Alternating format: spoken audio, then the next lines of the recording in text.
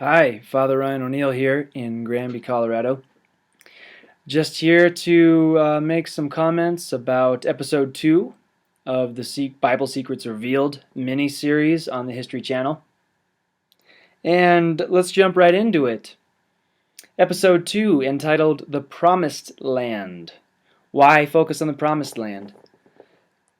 Well, it seems to me that the secrets they are revealing in this episode are very conveniently expressed, manifested, and obvious in the violence and the tension that we see in the Holy Land.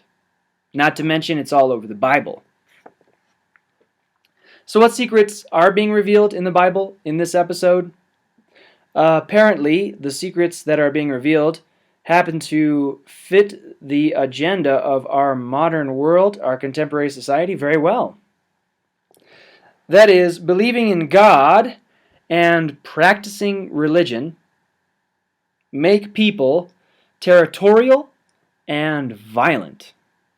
That's a pretty big secret, I guess, the Bible has been keeping from us.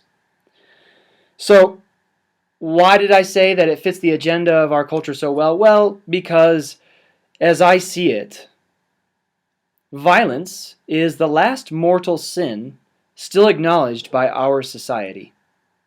Think about it. Why didn't the producers of this miniseries choose to focus on sexual sins in the Bible, in the Jewish history, in Catholic Christian history, in Muslim practices? I don't know, polygamy. You could even point to sex scandals. Why didn't they go there? I think it's because they don't want to. I think they are afraid to call a spade a spade.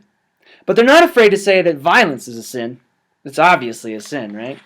You can't impose your views on others, and you especially can't hurt people to do that. And I agree. I don't want to hurt people either. And that's why I appreciate forums such as YouTube to be able to, share views, to put my point of view out and you put your point of view out without violence. So it is possible to believe in God and to practice religion without being violent. We see it in Muslims, we see it in Jews, we see it in Christians, Catholics all over the world. So why focus on violence and religion is my question. Well, and one of my contemporaries, one of my friends, a 30-year-old man like myself, who's not religious, who is possibly atheist or agnostic, they might say, well, religion has caused a lot of violence and has caused a lot of wars and differences and just a lot of pain and suffering. So we're trying to root out as much violence as we can. That's why we're trying to point out the faults of religion and violence in the Bible. My response to that would be, have you ever studied what happened in the 20th century? Have you ever heard about how many people died in the political wars that took place in the 1900s? One count says 160 million people died due to wars in the 20th century. That's more than every century before that combined. It wasn't a Muslim war in the 1900s. It wasn't a Catholic crusade in the 1900s. It wasn't a Jewish overthrow in the 1900s. We all know what it was. It was communism. It was Nazism. And Adolf Hitler, he sure the heck wasn't believing the Bible, because you know where the Bible came from, right? The Jews. Right? Exactly. Oh, fine. You don't want those are foreign governments, right? We're in the United States of America here. Well, let's see. How many men died in the American Civil War? And why was the American Civil War fought? Well, one major reason was politics. The North wouldn't let the South secede from the Union. So we got to fight. And we did. 750,000 people died. according to one estimate. All right, so you're blaming religion for something politics has done much better. Huh. What's my point? My point is that the problem is not believing in God. The problem is not reading the Bible. The problem is in the unredeemed heart of man.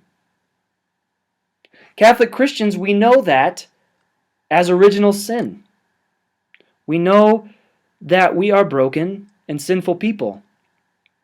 And so when they point out these parts of the Bible or these practices among Christians in the Holy Land, or even violence among Muslims, of course, every unredeemed heart is tempted to solve its problems with violence.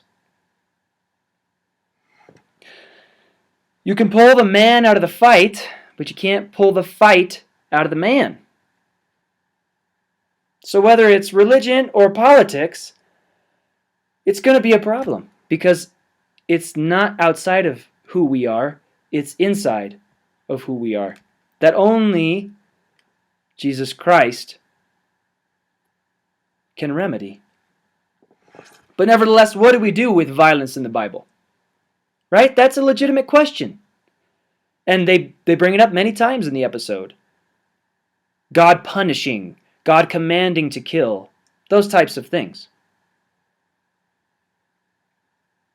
To many Christians and non-Christians, there are many scenes in the Bible that seem brutal and somewhat disturbing. And at this point, I would recommend you look up Father Robert Barron's comment on violence in the Bible. I'm not going to go through the same argument philosophically and theologically that he does. I'll give you another interpretation which is similar but different. You can find his video on YouTube or wordonfire.org. That's Father Robert Barron, comments on violence in the Bible.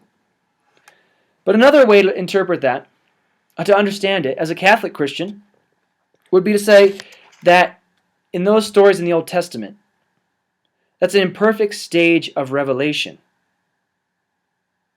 That is, the law of utter destruction that God gives to the Israelites was designed to prevent greed in warfare, which was a huge motivation in warfare.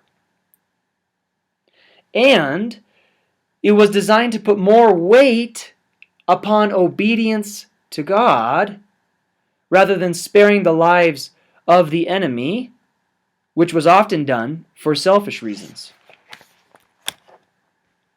And the holy war in the Bible, that idea derives from the concept that the enemies of Israel were actually the enemies of God's plan to bring the entire world into his family.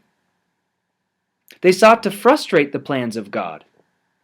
So annihilation of the enemy was to show forth the strength of God's wrath. And as the stages of Revelation move forward into the New Testament, we begin to see that war mixed with these religious motivations, this religious dimension, will gradually be corrected as the revelation of God continues to manifest itself. And in the New Testament, finally, we see that war is no longer justifiable with a religious meaning, except in the spiritual sense, to declare war on sin and evil. And finally, the Church regards war as something coming from sin. The Catholic Christian Church. In the Second Vatican Council, in the document Gaudium et Spes, we read, proposes to outline the true and noble nature of peace, to condemn the savagery of war, and earnestly to exhort Christians to cooperate with all in securing a peace based on justice and charity, and in promoting the means necessary to attain it under the help of Christ, the author of peace.